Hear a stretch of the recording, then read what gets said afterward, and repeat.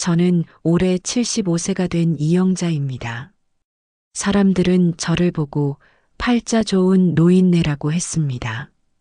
하나뿐인 아들 김민수가 40대에 IT 사업으로 크게 성공해 강남에 번쩍이는 사업까지 올렸으니 남들 눈에는 제가 호강에 겨워 사는 줄 알았겠지요. 하지만 그 번쩍이는 유리 건물은 제 남편의 목숨값이며 제 30년 피눈물이 밴 땅 위에 서 있다는 것을 아는 사람은 없었습니다. 제 나이 45이 되던 해 남편은 불의의 교통사고로 제 곁을 떠났습니다. 시장에서 작은 점포 4칸을 붙여 근근히 장사하던 남편이 남긴 것은 빚과 어린 아들, 그리고 그 낡은 점포 땅뿐이었습니다. 당시에는 서울 변두리라 쳐다도 안 보던 땅이었지만 저는 남편의 유산이다 싶어 이를 악물고 지켰습니다. 새벽 3시에 일어나 콩나물을 다듬고 겨울에는 발이 꽁꽁 얼어 동상에 걸려가면서도 장사를 놓지 않았습니다. 그렇게 30년을 버텼습니다. 그 사이 변두리 땅은 천지개벽을 했습니다. 강남과 연결되는 노선이 뚫리고 신도시가 들어서면서 제 땅은 말 그대로 금싸라기가 되었습니다. 땅값이 수십억을 호가하게 되었죠. 저는 그저 이 땅을 아들 민수에게 물려주고 편히 눈을 감는 것이 소원이었습니다. 5년 전 대기업에 잘 다니던 민수가 돌연 사업을 하겠다며 제 앞에 무릎을 꿇었습니다. 어머니, 제발 한 번만 도와주세요. 어머니가 가진 그 땅만 있으면 100억 투자를 받을 수 있습니다. 제 인생을 걸겠습니다. 성공하면 이 땅의 10배, 100배로 효도하겠습니다. 아들의 눈은 불타고 있었습니다. 저는 망설였습니다. 남편의 목숨값이자 제 청춘이 담긴 땅을 담보로 잡힌다는 것이 두려웠습니다. 그때 며느리 박지윤이 나섰습니다. 지윤이는 당시에도 씀씀이가 해퍼 제 눈에 썩 차는 며느리는 아니었습니다. 어머님, 언제까지 이 낡은 땅 붙들고 사실 거예요? 저희가 성공하면 어머님은 평생 강남 사모님으로 사실 수 있어요. 저희도 이젠 폼나게 살고 싶어요. 며느리의 말은 달콤했지만 비수 같았습니다. 며칠 밤낮을 고민했습니다. 자식 이기는 부모 없다고 결국 저는 민수의 꿈을 밀어주기로 했습니다. 다만 제 마지막 보루로 조건을 하나 걸었습니다. 민수야, 이 땅은 내게 증여하마. 대신 이 땅과 이 땅에 세우는 건물은 이 어미 허락 없이는 절대 팔거나 담보로 잡을 수 없다. 만약 이를 어길 시 모든 권리는 내게 돌아온다. 민수는 눈물을 글썽이며 몇 번이고 약속했습니다. 저는 변호사를 통해 이 조건을 명시한 서류에 도장을 찍었습니다. 그때는 몰랐습니다. 이 서류가 훗날 제 복수의 칼날이 될 줄은. 민수의 사업은 날개를 달았습니다. 3년 만에 회사는 급성장했고 민수는 언론에 오르내리는 젊은 사업가가 되었습니다. 가장 먼저 한 일은 제 땅 위에 10층짜리 웅장한 사옥을 짓는 것이었습니다. 건물 이름은 KMS 타워. 아들의 이름이 걸린 건물을 보며 저는 눈물을 흘렸습니다. 남편에게 떳떳한 기분이었습니다. 하지만 성공은 아들 부부를 괴물로 만들었습니다. 강남의 최고급 주상복합으로 이사간 아들 부부는 저를 성공의 짐처럼 취급하기 시작했습니다. 제가 사는 낡은 아파트에는 발길을 끊었습니다. 한 달에 한 번 비서가 백화점 상품권 봉투를 들고 오는 것이 전부였습니다. 며느리 지우는 사치의 여왕이 되었습니다. SNS에는 온갖 명품 가방과 해외여행 사진이 넘쳐났습니다. 파리에서 즐기는 여유, 남편의 성공은 나의 행복 따위의 글을 볼 때마다 제 속은 시커멓게 타들어갔습니다. 저것들이 다 내 남편 목숨값인데, 내 피눈물 값인데, 작년 겨울 일이 터지고야 말았습니다. 제가 지독한 폐렴에 걸려 응급실에 실려갔습니다. 숨이 넘어가는 와중에 아들에게 전화를 걸었습니다. 민수야, 엄마가 숨이. 민수는 차갑게 말했습니다. 어머니, 저 지금 중요한 회의 중입니다. 바빠요. 나중에 비서 보낼게요. 전화는 끊겼습니다. 며느리는 아예 받지도 않았습니다. 결국 저를 병원에 입원시킨 것은 옆집 사는 박씨 할머니였습니다. 저는 병실에 홀로 누워 일주일을 꼬박 앓았습니다. 죽음의 문턱에서 저는 깨달았습니다. 저들에게 저는 이미 어머니가 아니었습니다. 그저 매달 돈 들어가는 귀찮은 짐일 뿐이었습니다. 퇴원을 앞둔 어느 날 며느리 지훈이 처음으로 병실에 나타났습니다. 과일 바구니 대신 두툼한 팜플렛 뭉치를 들고서 말입니다. 어머님 몸도 안 좋으신데 혼자 계시면 저희가 불안해서요. 요즘 시설 좋은 요양원이 많더라고요.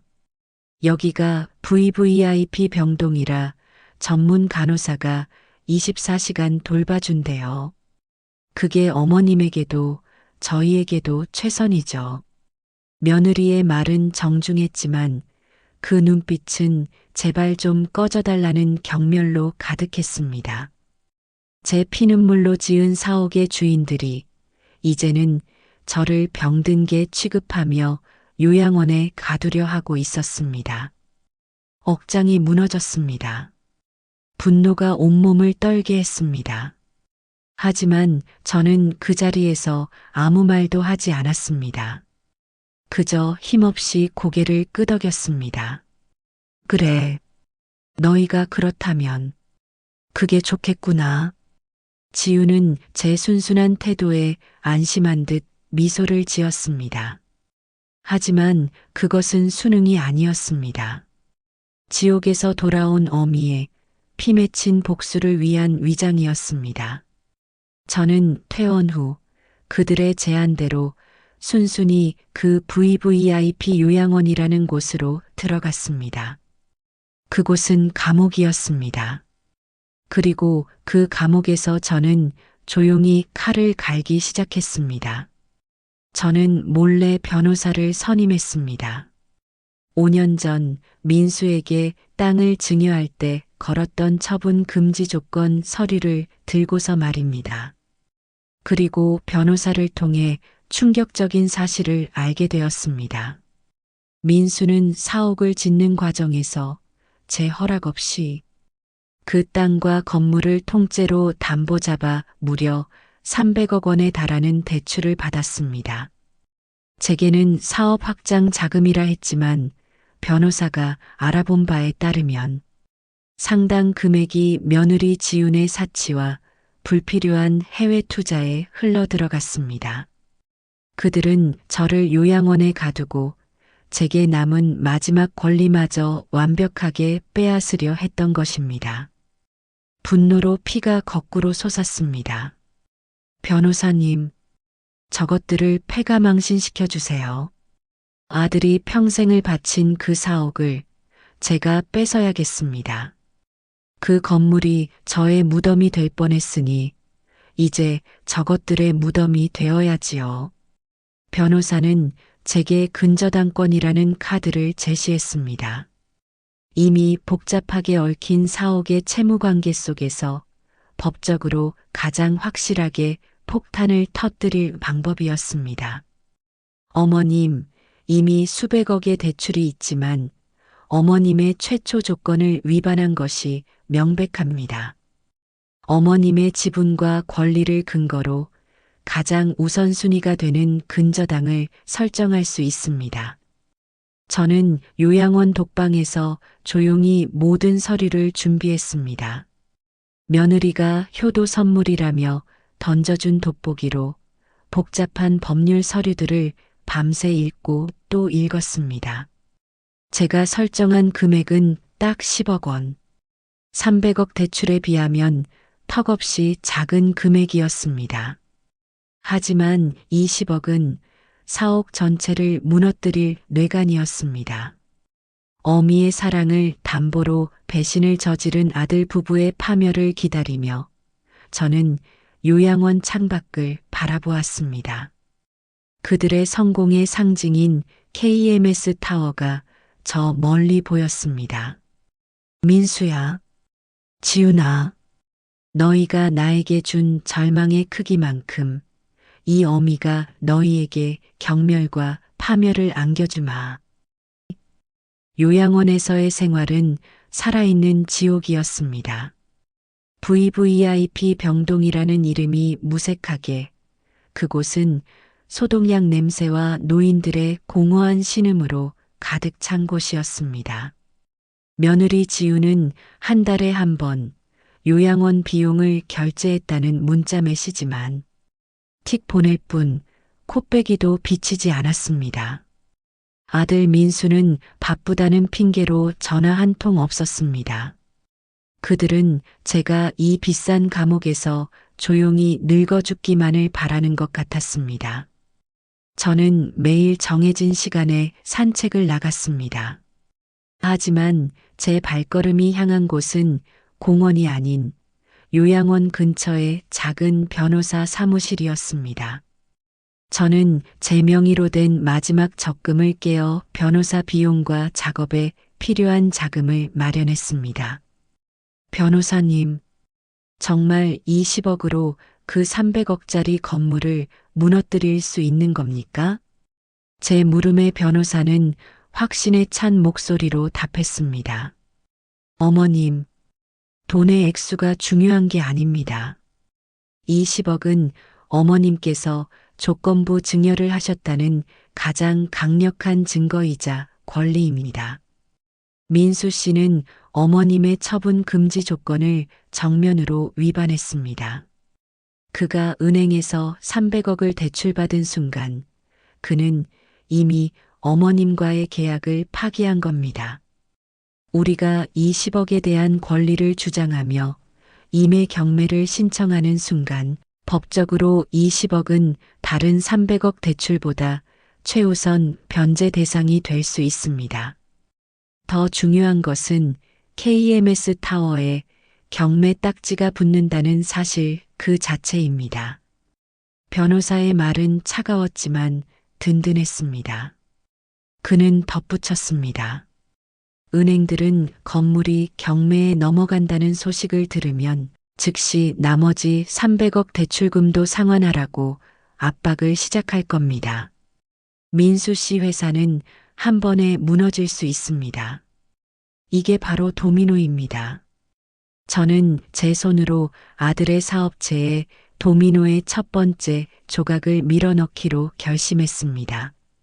며느리 지우는 제가 아무것도 모르는 늙은이라 생각했습니다. 그녀는 제가 요양원에서 주는 죽이나 받아먹으며 하루하루 쓰러져가는 줄 알았겠지요. 하지만 그녀가 모르는 사실이 있었습니다. 노인의 절망은 세상 그 어떤 독보다 잔인한 복수를 낳는다는 것을. 저는 변호사를 통해 지훈의 행적을 뒷조사했습니다.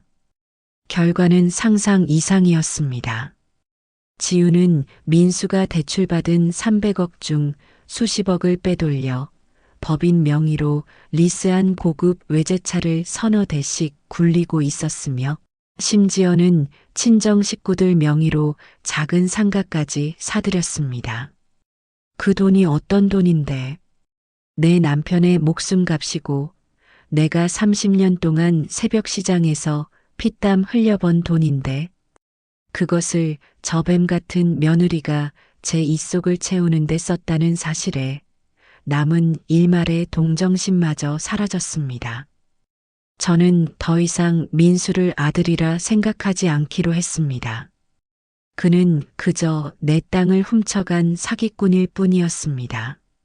3개월간의 준비가 끝났습니다. 모든 법적 서류는 완비되었고 근저당권 실행 및 임의경매 신청서에는 제 피 맺힌 도장이 찍혔습니다. 변호사는 마지막으로 제게 물었습니다. 이영자 여사님, 정말 실행하시겠습니까? 지금이라도 철회하시면. 저는 변호사의 말을 잘랐습니다. 실행하세요. 당장. 오늘이 그들의 마지막 파티가 될 겁니다. 그날 오후 저는 요양원 방에서 조용히 TV를 보고 있었습니다. 마침 며느리 지윤에게서 문자가 왔습니다. 어머님, 이번 달 요양원 비용 넉넉히 넣었어요. 필요한 거 있으시면 간호사 통해서 연락 주세요. 저희 다음 주에 유럽 출장 가요. 저는 그 문자를 보며 차갑게 웃었습니다. 그래. 유럽 가기 전에 지옥 구경부터 먼저 해야지. 다음 날 아침 법원 집행관들이 강남. 한복판에 우뚝 솟은 KMS 타워 1층 유리문에 붉은색 압류 딱지를 붙였습니다. 이미경 매개시 결정 마이너스 채권자 이영자. 수백억대 건물을 무너뜨린 채권자의 이름은 놀랍게도 그 건물 주인의 늙은 어머니였습니다. 그날 오후 민수에게서 첫 전화가 걸려왔습니다. 그의 목소리는 경악과 분노로 갈라져 있었습니다. 어머니, 이게 무슨 일이에요? 지금 회사 로비에 빨간 딱지가 붙었어요. 어머니 이름으로. 이게 대체 뭐예요? 당장 철회해요. 어머니가 어떻게 저한테 이럴 수 있어요? 저는 요양원 침대에 편안히 기댄 채 수화기를 들었습니다. 제 목소리는 얼음장처럼 차가웠습니다. 무슨 일이긴. 내가 나한테 한 짓을 그대로 돌려주는 일이지. 내가 나를 이 요양원이라는 감옥에 쳐넣었듯이 나도 내 성공의 상징이라는 그 건물을 법의 감옥에 쳐넣은 거다. 내 건물이라고요? 그 땅은 어머니가 저한테 주신 거잖아요. 저희가 얼마나 고생해서 이 빌딩을 지었는데. 말도 안 돼. 민수는 악을 썼습니다. 저는 나지막이 움츠렸습니다. 처분 금지 조건을 잊었니? 넌 내 허락 없이 그 땅과 건물을 담보로 300억을 해먹었더구나. 넌 법을 어긴 게 아니라 내 어미와의 약속을 어겼다. 넌 나를 배신했어. 잠시 후 며느리 지윤에게 전화가 걸려왔습니다. 그녀의 우아하고 도도했던 목소리는 온데간데없고 귀를 찢는 듯한 비명만이 들려왔습니다. 이 노망난 할망구가 당신 미쳤어? 당신 아들 회사를 망하게 하려고 작정했어? 당장 풀어. 당장 이 경매 취소하란 말이야. 우리가 당신한테 해준 게 얼만데. 이 VVIP 요양원 비용이 한두 푼인 줄 알아? VVIP 요양원이라는 말에 실소가 터졌습니다. 그래. 그 비싼 요양원에 쳐넣어줘서 고맙구나. 그래서 그 보답으로 내가 그동안 법인카드로 긁어댄 명품 가방과 내 친정 식구들한테 빼돌린 상가값을 전부 토해내게 해주려고 그런다. 지우는 순간 말을 잃었습니다. 제가 모든 것을 알고 있다는 사실에 충격을 받은 듯 했습니다. 너, 그걸 어떻게 해? 내가 나를 병든게 취급하며 이 구석에 처박아 둔 동안 나는 너희가 내 피눈물로 어떤 사치를 부렸는지 똑똑히 확인했단다. 지훈아, 너희는 나를 돈으로 보았고 나는 너희를 법으로 심판할 것이다. 유럽 여행은 다음 생에나 가거라. 전화를 끊자 세상이 조용해졌습니다. 창밖으로 보이던 KMS 타워가 오늘따라 유난히 위태로워 보였습니다. 복수의 첫 번째 칼날이 정확하게 그들의 심장에 꽂힌 순간이었습니다. 그날 저녁 요양원 방문이 부서져라 열렸습니다. 민수와 지윤이었습니다. 그들의 얼굴은 핏기 하나 없이 창백했고 머리는 산발이었습니다.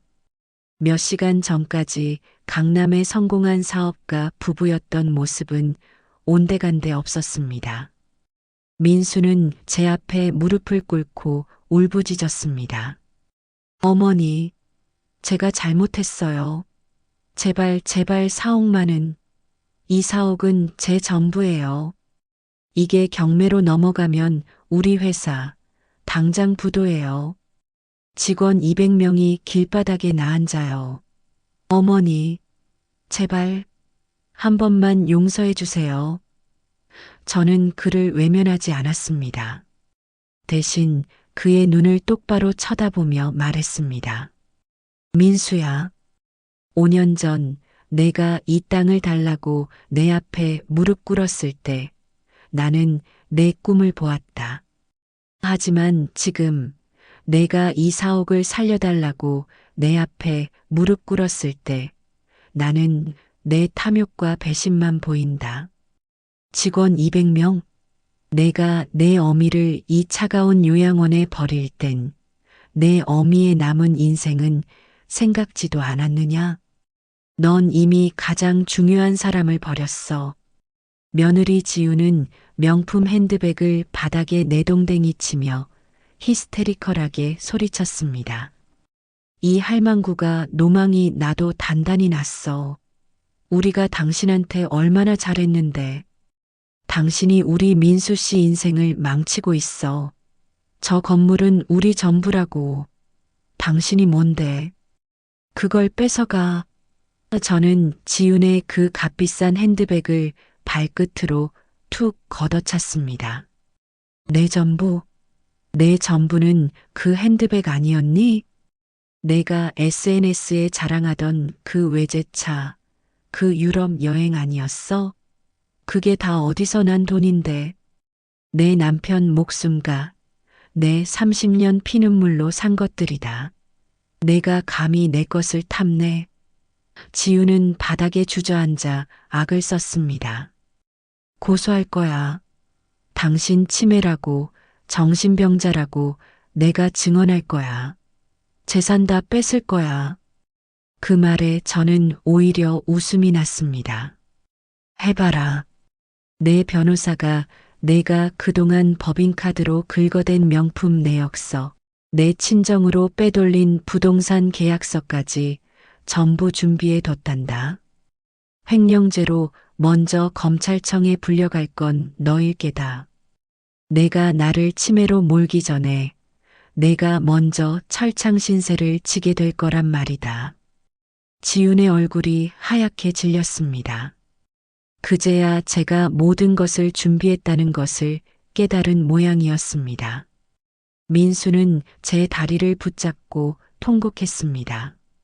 어머니, 땅은 어머니가 주신 거지만 이 건물은 제 땀과 노력으로 지은 거예요. 어머니는 제가 이룬 모든 것을 한순간에 뺏는 거예요. 저는 그의 손을 매정하게 뿌리쳤습니다. 내 땀과 노력? 그 밑바탕에는 내 어미의 피 묻은 땅이 있었다. 넌 그 땅의 가치를 어머니의 사랑이 아니라 돈으로만 봤어. 그러니 나도 너희에게 법적 가치로 돌려줄 뿐이다. 너희가 나를 요양원에 보냈을 때 이미 가족이라는 인연은 끝났다. 이제 우리는 채무자와 채권자일 뿐이야. 당장 내 방에서 나가라. 결국 민수와 지우는 요양원 직원들에게 끌려나가듯 쫓겨났습니다. 그들의 비참한 뒷모습을 보며 1년간 저를 짓눌렀던 배신감과 경멸이 비로소 눈 녹듯 사라지는 기분이었습니다. KMS 타워가 경매에 넘어갔다는 소식은 삽시간에 퍼졌습니다. 은행들은 즉시 300억 대출금의 일시 상환을 요구했습니다. 주요 거래처들은 계약을 파기했고 투자자들은 자금을 회수했습니다. 민수가 그토록 자랑하던 IT 회사는 불과 몇 주 만에 풍비박산 났습니다. 결국 경매 기일이 잡혔고 수백억을 호가하던 KMS 타워는 복잡한 채무 관계로 인해 감정가의 절반 이하로 떨어졌습니다. 최종적으로 민수 회사의 경쟁 업체에 헐값에 낙찰되었습니다. 최선순위 채권자였던 저는 제가 설정했던 10억 원과 그 이자를 가장 먼저 회수했습니다. 수백억 자산가였던 민수와 지우는 한순간에 수십억 채무자가 되었습니다. 그들이 살던 강남의 최고급 아파트에도 압류 딱지가 붙었고 지훈이 굴리던 외제차들도 모두 압수되었습니다. 모든 것이 끝난 후 저는 요양원을 나왔습니다. 제가 회수한 10억은 그들이 누렸던 부에 비하면 작은 돈일지 모릅니다. 하지만 이 돈은 제게 존엄성을 되찾아 주었습니다. 저는 작은 오피스텔을 얻어 혼자 살기 시작했습니다. 무엇보다 더 이상 아들 부부의 눈치를 보지 않아도 된다는 사실이 행복했습니다. 마지막으로 민수에게서 전화가 걸려왔습니다. 그는 완전히 망가진 목소리로 물었습니다. 어머니, 이제 행복하세요? 아들의 인생을 완전히 파괴하셨으니 속이 시원하세요? 저는 창밖을 바라보며 나지막이 답했습니다. 행복? 행복하자고 한 짓 아니다. 억울해서 한 짓이다. 너희는 나를 어머니가 아니라 짐으로 여겼다. 너희의 성공은 너희를 오만하게 만들었고 그 오만함이 너희를 파멸시켰다. 나는 그저 너희가 버린 짐이 얼마나 무거운지 너희의 등골이 휘어지도록 보여줬을 뿐이다. 전화를 끊고 저는 30년 만에 처음으로 깊은 잠을 잤습니다. 며느리 지우는 결국 민수와 이혼하고 친정으로 도망쳤고 민수는 빚쟁이들에게 쫓기는 신세가 되었다는 소문이 들려왔습니다. 성공의 절정에서 나락으로 떨어진 그들의 이야기는 한동안 강남 일대에서 어머니의 저주로 회자되었습니다. 무조건적인 희생은 미덕이 아닙니다. 부모의 사랑을 배신한 대가는 이처럼 가장 잔인한 복수로 돌아오는 법입니다.